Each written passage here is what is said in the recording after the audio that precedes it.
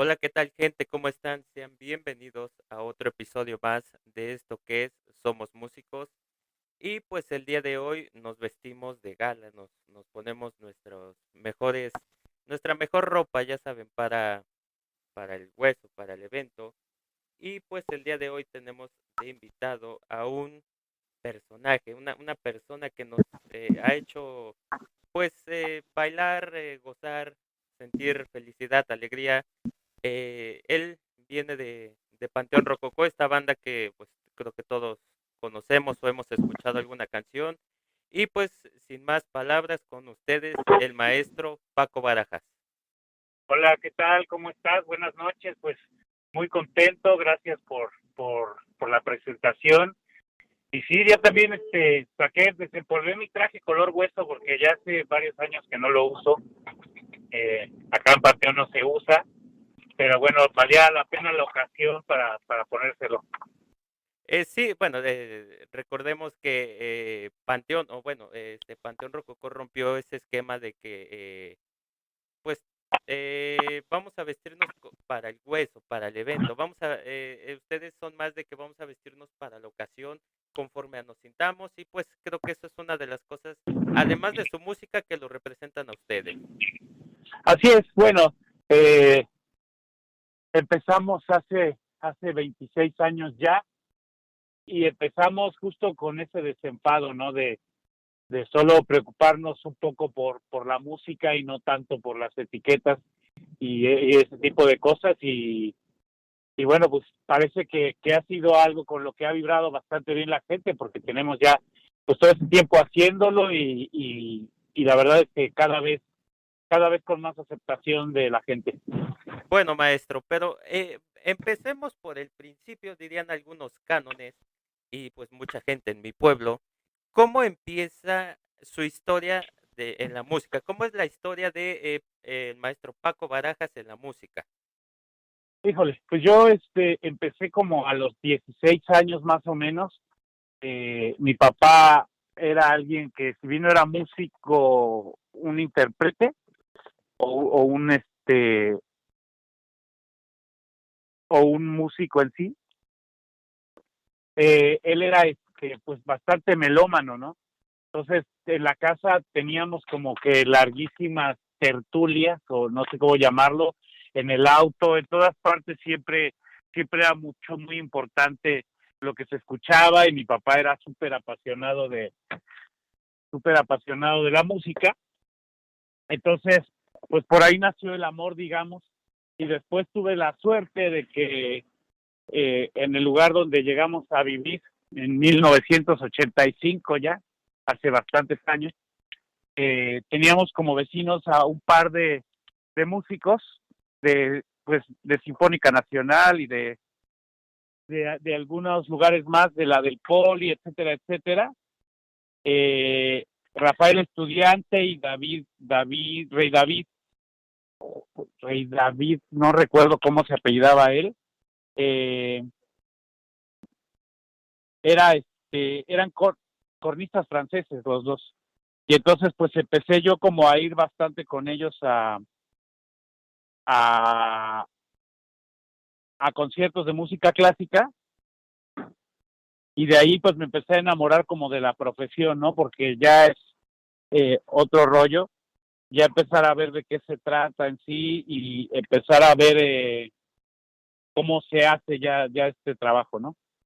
Sí, yo creo que ese es el inicio de muchos de nosotros como tal, de muchos músicos, el que conocimos a un amigo, los vecinos, algún conocido, y nos empezaron sin querer queriendo, nos mostraron lo que es este ámbito, este mundo. Y bueno, usted ya entra, empieza a escuchar música, obviamente ya conocía la música popular, empieza a escuchar un poquito más de académico, obras así. ¿Y en qué momento le entra la idea de que, bueno, vamos a estudiar música? Pues justo con mis vecinos, ¿no? Sobre todo con Rafael Estudiante, que él hasta la fecha es director de una de las bandas de Marina. Él empieza como a invitarme más a los conciertos, empieza a ver que quizás que tengo aptitudes y que tengo las ganas y empiezo a tomar clases con él, pues ya como que de solfeo y al principio sí de corno francés, que es un instrumento que hasta la fecha amo, pero pues ya sabes, uno adolescente y todo, y empecé a entender que el corno pues era un instrumento con el que no iba a poder echar mucho relajo, ¿verdad? Porque pues está pues casi totalmente hecho solo para música clásica. Sí, el corno como que se limita a ciertos ámbitos, a excepción de que, bueno, nos pusiéramos un poco estrictos en el sentido de que pues tal vez su variación, como lo es el melófono, o el corno de marcha, tal vez nos podría servir, pero pues eso ya sería ser un poquito muy, elevar muchísimo nuestra idea. Sí, así es. Y entonces eh, entré en ese momento primero a estudiar a la orquesta juvenil de la delegación Gustavo Amadero y pues me vino la decisión, ¿no? Que me preguntaron qué instrumento quería tocar y me acordé de lo que pensaba del corno y entonces decidí ahí agarrar el trombón y pues ahí empecé ya hace bastantes añitos también a tomar clases de trombón con el maestro David Mota se llama, que es también de una familia de músicos bastante, pues de esas donde todos son músicos. Sí, bueno, como trombonista tuve la fortuna hace años de tomar una clase con él. Y sí, sí, un gran maestro. Incluso en una masterclass del maestro Faustino Díaz, también no lo citaba y excelente maestro. Entonces empieza usted con el trombón y fue amor a primera vista, o sea, bueno, lo podemos decir como músicos, amor a primer sonido, o hubo ese vaivén de que pues como que sí, como que no. No, no, totalmente. Ya desde entonces me sentí muy bien con el instrumento. Justo es un instrumento que cumplía con esto que quería yo, ¿no? Porque de repente tocábamos, pues es un instrumento que puedes tocar en música clásica, que puedes tocar en jazz, que puedes tocar en salsa, en rock, en todo, ¿no? Porque igual, por ejemplo, me llamaba la atención el saxofón, pero ahí pasaba al revés, ¿no? El saxofón, aunque está escrito en algunas en algunas obras académicas, pues es muy raro, ¿no? Es muy raro tocar saxofón en orquesta sinfónica y es algo que en ese momento yo no quería dejar, ¿no? Pues iba con mi trombón, la verdad, por toda la ciudad, de tocar en grupos de cumbias, a tocar en grupos pues en grupos de cámara, a tocar en orquesta sinfónica, en ópera, en jazz, en todo lo que me invitaban y yo ahí medio le empezaba a buscar, ¿no? Obviamente pues con mis limitaciones del momento, pero yo le entraba a todo. Sí, yo creo que esa es una ventaja y eso es algo que yo a muchos alumnos les he comentado. Obviamente tú debes de conocer tus limitaciones, pero si te invitan a tocar salsa, aviéntate. Lo peor que puede pasar es que te equivoques dos, tres veces, pero más adelante te vas a dar cuenta en dónde te equivocaste y pues pues vas a trabajar para que ya no te equivoques. Yo tenía un compañero en la facultad que estábamos tocando jazz en las prácticas profesionales y él en una ocasión en la mañana tocaba cumbia, a mediodía tuvo un evento de salsa y en la tarde noche tuvo un concierto de aniversario con la orquesta de jazz en la que estábamos. Entonces, yo creo que está bien esa versatilidad de que no me voy a enfrascar en que pues yo estoy estudiando música, supongamos en una academia, en una facultad, y me voy a cuadrar en la que solamente puedo tocar música clásica y no voy a salir de mi Remington, de mi Arban, de interpretar puras obras de, no sé, de Händel, y puras cosas así. Sí, así es, y yo creo que justo es un error de repente que nos da, pues no sé, el gremio donde tocamos, ¿no? Porque estás conviviendo quizás con puros músicos de música clásica y sobre todo con los que son jóvenes, porque creo que cuando estamos grandes ya empezamos a entender un poco más esto. Y yo en mi caso, que ya mi primer maestro formal fue Julio Briseño, y híjole, para Julio era un pecado, ¿no? que tocáramos en las mañanas cumbias y en la tarde con la banda sinfónica de Álvaro Obregón, que tocábamos ahí obras sinfónicas y danzones y rolas de Juan Gabriel, y en la noche pues que empezaran a invitarme con las bandas de ska, que yo en lo particular fue donde más me desarrollé, porque en el momento que yo empecé había pocos o ningún trombonista en algunos momentos en las bandas, entonces yo iba de tocar con la secta, tocar con la Matatena, con la Tremenda Corte y con el Panteón, por supuesto. Entonces eso para mi maestro era un pecado, ¿no? Pero pues yo ahora sí que estaba aprendiendo y me estaba divirtiendo, y creo que fue un gran acierto para mí porque pues aprendí bastante, y eso que dices también, otro maestro que tuve, Próspero Reyes, que fue el que me empezó a invitar a tocar al hueso, que a las cumbias, al circo, etcétera, etcétera, y que justo alguna vez me comentaba, él fue alumno de Dennis Wick, y me decía que para Dennis Wick era impresionante los músicos latinoamericanos, como no teníamos género, ¿no? Como en Inglaterra, pues quien se dedica a la música clásica evidentemente no toca cumbias en las tardes, ¿no? Y que para él eso era una gran ventaja, y creo que es una gran ventaja que tenemos todos los latinos en general, pero que en la música se nota muchísimo, ¿no? Sí, lo que dice usted del maestro Briseño, a mí me tocó vivirlo hace 2 años, en una semana creo que también una semana del trombón me tocó vivir con el maestro Briseño varias situaciones, pero sí, el maestro Briseño era de que tú eres músico de academia, tú ponte a practicar el Ave María, que te salga el concierto de Korsakov, alguna sonatina, etcétera. Pero pues sí, hay que ser diversos. A mí también me lo comentaba el maestro Alexander Nyankin en una ocasión, me decía, es que, bueno, él es ruso y él me decía, ¿cómo es posible que ustedes, los latinos, puedan adaptar muchos instrumentos o la mayoría de los instrumentos a sus ritmos populares? O sea, así como pueden el trombón lo pueden poner para tocar en una misa, lo pueden poner también para tocar en un desfile, en un evento de relajo, como él le llamaba los conciertos como tipo ska, tipo pues todo ese tipo de rock, de tipo tal vez como Charlie Montana, etcétera. Pero bueno, entonces empieza usted a estudiar, estudia usted con el maestro Briseño. ¿Y cómo da ese paso usted a decir, sabes qué, pues sí voy a seguir yendo a otros lados, pero me quiero quedar también con Panteón? Pues en ese momento, como te decía, tocaba aquí y allá, estuve con el maestro Julio, después me pasé con el maestro Benjamín Alarcón. eh, pues fue muy natural, ¿no? La verdad es que yo seguí en las orquestas, seguí buscándole por aquí y por allá, pero en algún momento, inclusive con las bandas de ska, en algún momento Panteón empezó a tomar mucho más importancia en mi vida, a convertirse más en mi proyecto, justo con el de mis compañeros, obviamente, pero era en el único proyecto donde yo me sentía como un actor más principal, ¿no? Y no un invitado. Eh, entonces, poco a poco se fue dando, y cuando se grabó el demo de Panteón, que aún yo no era parte de la banda, aunque sí grabé la música, eh, decidieron irse a tomar las fotos a Tlatelolco, y Misael me llamó y me dijo, ¿qué onda? Vamos a tomar las fotos del demo. ¿Te las quieres venir a tomar? Ya es porque eres parte de la banda.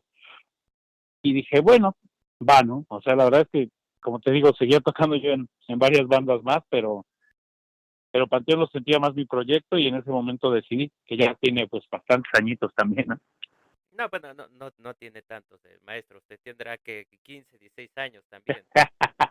Ni de tocar, maestro. No, pero pues sí, yo creo que es esa sensación de que como que tu estilo, tu forma de pensar, todo se conjunta para crear esa mezcla perfecta, digámoslo en palabras de Panteón Rococó, esa dosis perfecta, en la que te sientes como en casa, o sea, ya, como dice usted, ya no eres el invitado, ya no eres el trombonista que trajeron, ya eres parte, o sea, te vuelves parte vital de la banda y automáticamente se siente porque pues como que en primer lugar valoran un poquito más tu trabajo, sea mucho, sea poco, sea excelente, sea regular, como le quieran llamar muchísimos exquisitos en la música, pero eso es muy padre y bueno, creo que todos los que somos aficionados y conocemos la música de Panteón,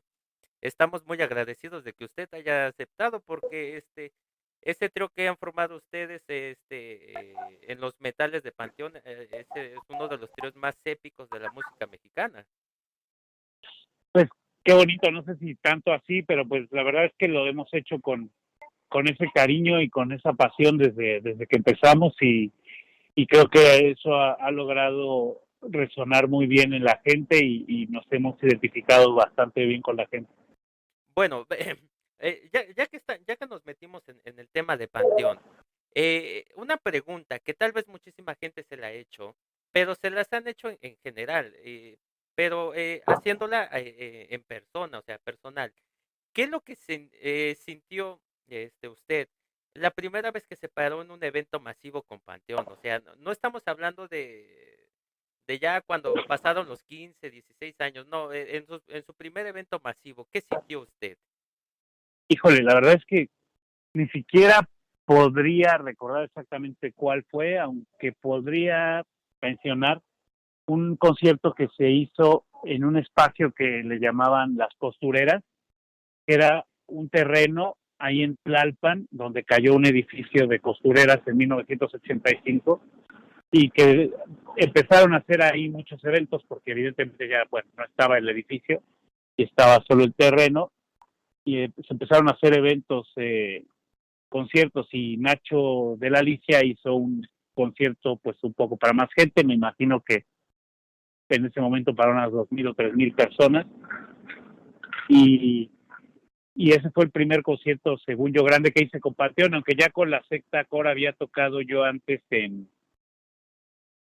CEU, en uno de estos conciertos que se hacían de ayuda, pero con Panteón creo que fue ahí en Las Costureras y pues fue muy emocionante, yo creo que fue uno de los momentos donde decidí quedarme ahí porque pues justo había esa conexión con la banda y bueno, pues tú sabes, tocando música clásica, pues tocas sábados y domingos para 20 personas que muchas veces no te ponen mucha atención, entonces es muy emocionante tocar música para un montón de chavitos que estaban muy ávidos de escucharte y de bailar, ¿no?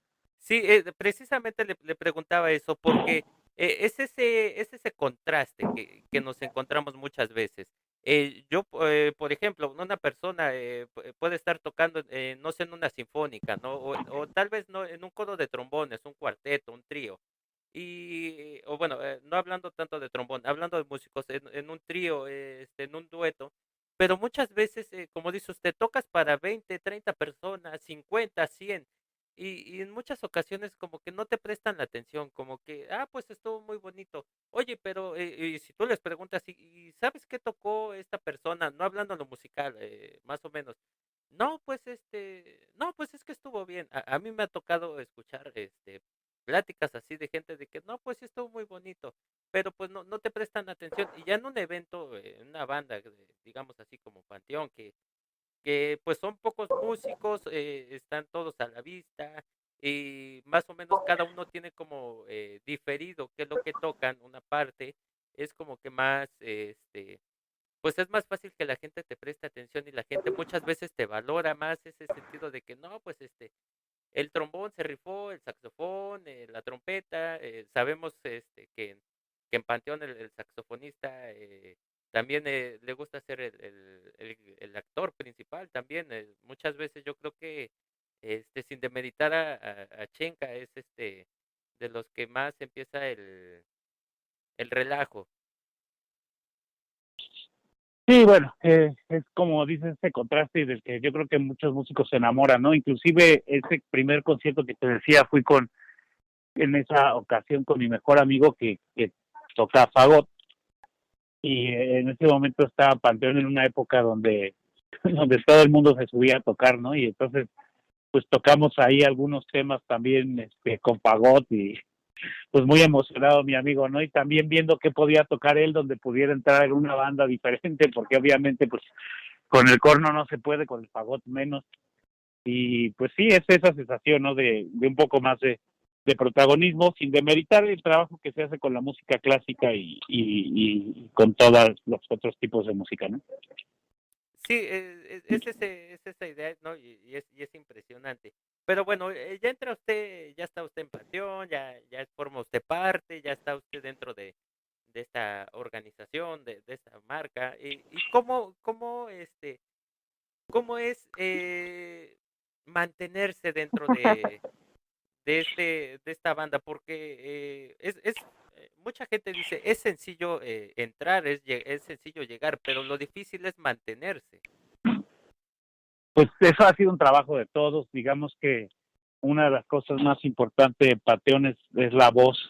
Y pues de alguna forma sí, una democracia real y una democracia participativa, ¿no? Yo que estuve, pues si no bien metido en otras bandas, estuve conviviendo con bastantes bandas más y en la mayoría de las bandas hay alguien que es el jefe y los demás escuchan y se hace lo que él dice. Y en Panteón desde un principio la voz de todo el mundo valía lo mismo y eso fue lo que nos hizo avanzar muchísimo, ¿no? Y hacia un lugar que si no siempre te gustaba, por lo menos sabías que la mayoría estaba de acuerdo y que se hacía lo que la mayoría decidía. Eso hizo que la banda progresara muchísimo en muchos sentidos, tanto musical como en un sentido, digamos, ya de profesionalismo. Ok, y bueno, han pasado ya varios años, quieramos que no, el tiempo es inexorable, no lo podemos detener ni regresar, pero Panteón se ha vuelto una parte, yo creo que fundamental de su vida, no solo como otras personas, ¿no? Que admiran esa música, sino porque usted ha estado dentro de todas esas canciones, de esas música que ha marcado mucha gente, mucha tendencia.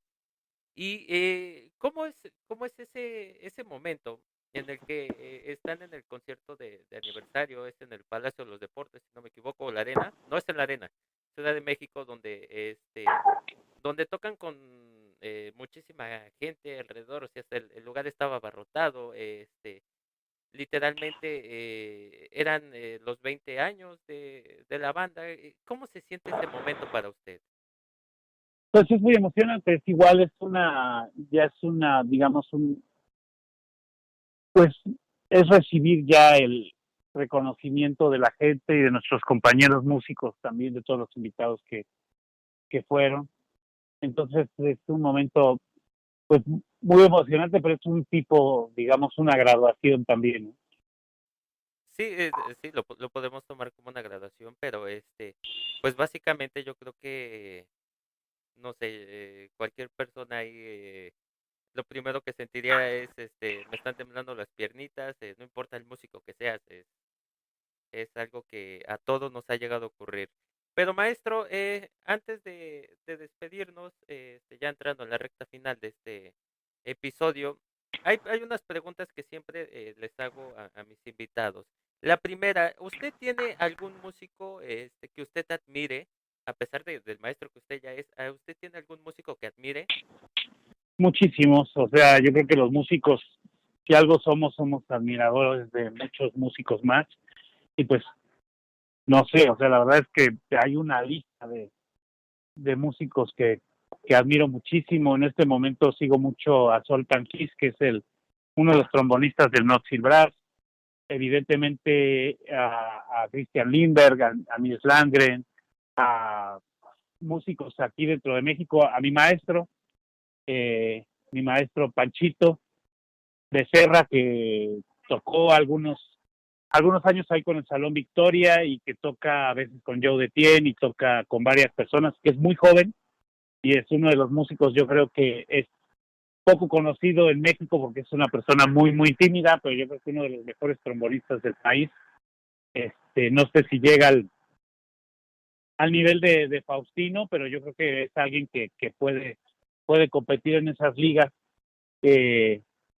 Evidentemente sigo admirando a mis maestros, a Rafael Estudiante, a Julio Briceño, a Benjamín Alarcón, a Próspero Reyes, y pues, no sé, yo creo que en este camino de la música, el día que dejas de admirar músicos porque ya no te importa mucho, ¿no? Y yo todos los días escucho a algún joven y creo que estamos en una gran época de la música donde los muchachos tocan cada vez mejor, eh, con más técnica, con más compromiso.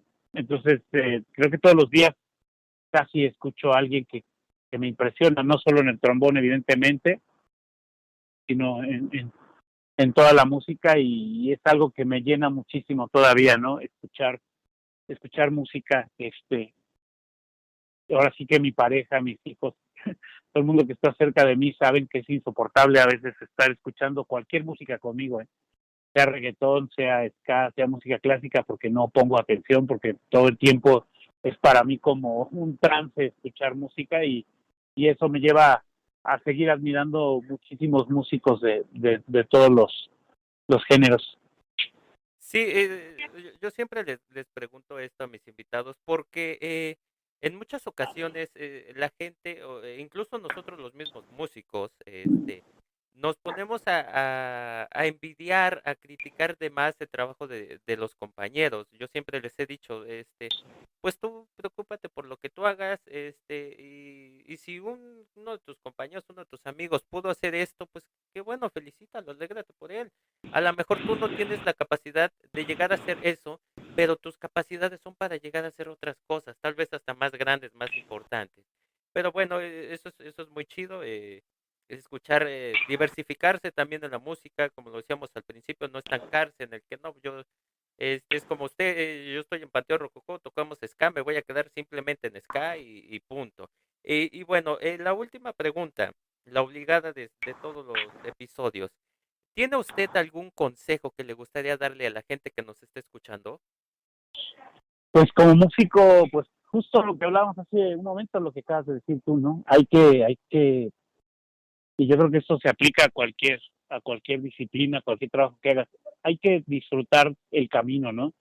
Es un poco vacío pensar en el éxito, porque el éxito depende de cada quien, y pues hay para personas que va a ser inalcanzable siempre porque se fijan metas muchas veces absurdas o ridículas. Y yo, por ejemplo, ahora que estamos hablando del tiempo que tenemos tocando y eso, creo que el éxito para mí fue el momento en el que por primera vez toqué el trombón y lo tuve en mis manos, porque fue el momento en el que tomé la mejor decisión de mi vida, y es el consejo que les daría, ¿no? Hay que buscar algo para hacer que nos apasione, que nos llene, y ya el camino de la vida de por sí es difícil como para no hacerlo, ¿no? Pero si ya lo tenemos, pues adelante, ¿no? Seguir nuestra pasión. Lo que decías ahora es muy importante, no estarse preocupando por los demás. Es obvio tener envidia a veces y es normal tener celos. A todos nos ha tocado en este camino tener un compañero que empieza 7 años después que nosotros. En lo particular, por ejemplo, yo creo que yo empecé a tocar quizás al mismo tiempo que Faustino, aunque él es más joven que yo. Y la verdad es que todos los que lo vimos por primera vez en el conservatorio, que tuvimos la suerte de conocerlo muy, muy joven, y lo escuchamos, recién llegado de Oaxaca, yo creo que él entró unos 2 o 3 años después que yo al conservatorio, pues obviamente todos sentimos celos porque es un monstruo. Pero no solo es un monstruo de talento, es un monstruo de trabajo, es una persona que todos los días estudia y todos los días le busca la música, ¿no? Entonces, pues, ahora sí que hay que sentir los celos, verlos enfrente de uno y dejarlos pasar, porque hay personas así de impresionantes en la vida, y hay que, pues al final hay que observarlas, y hay que admirarlas, y hay que ver qué podemos sacar de ellas. Sí, Eso sería.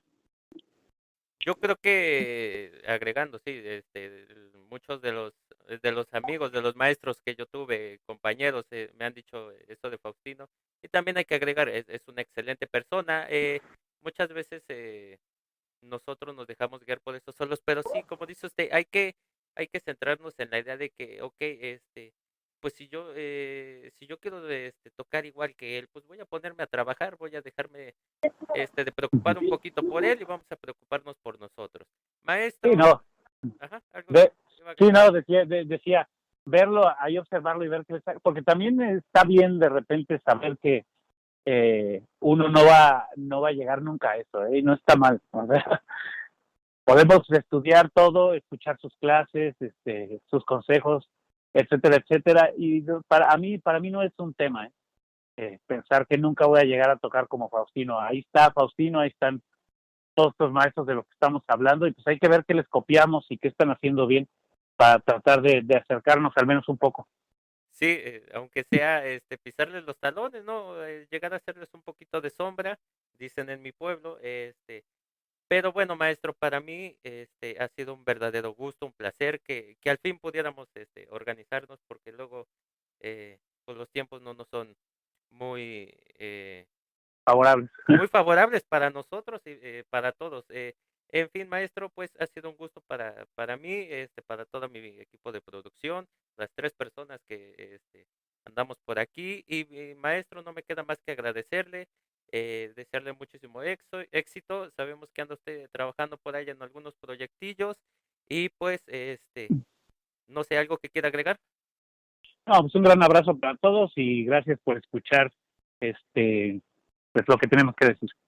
Pues maestro, un cordial abrazo, un saludo para usted y para su familia, mis mejores deseos y pues gente, recuerden que esto es Somos Músicos, que nunca deje de sonar esa música, nunca, pero nunca se detengan por esa lucha de conseguir sus sueños. Recuerden que aunque pues el camino parezca oscuro, siempre hay una luz al final y pues esto es lo que hay.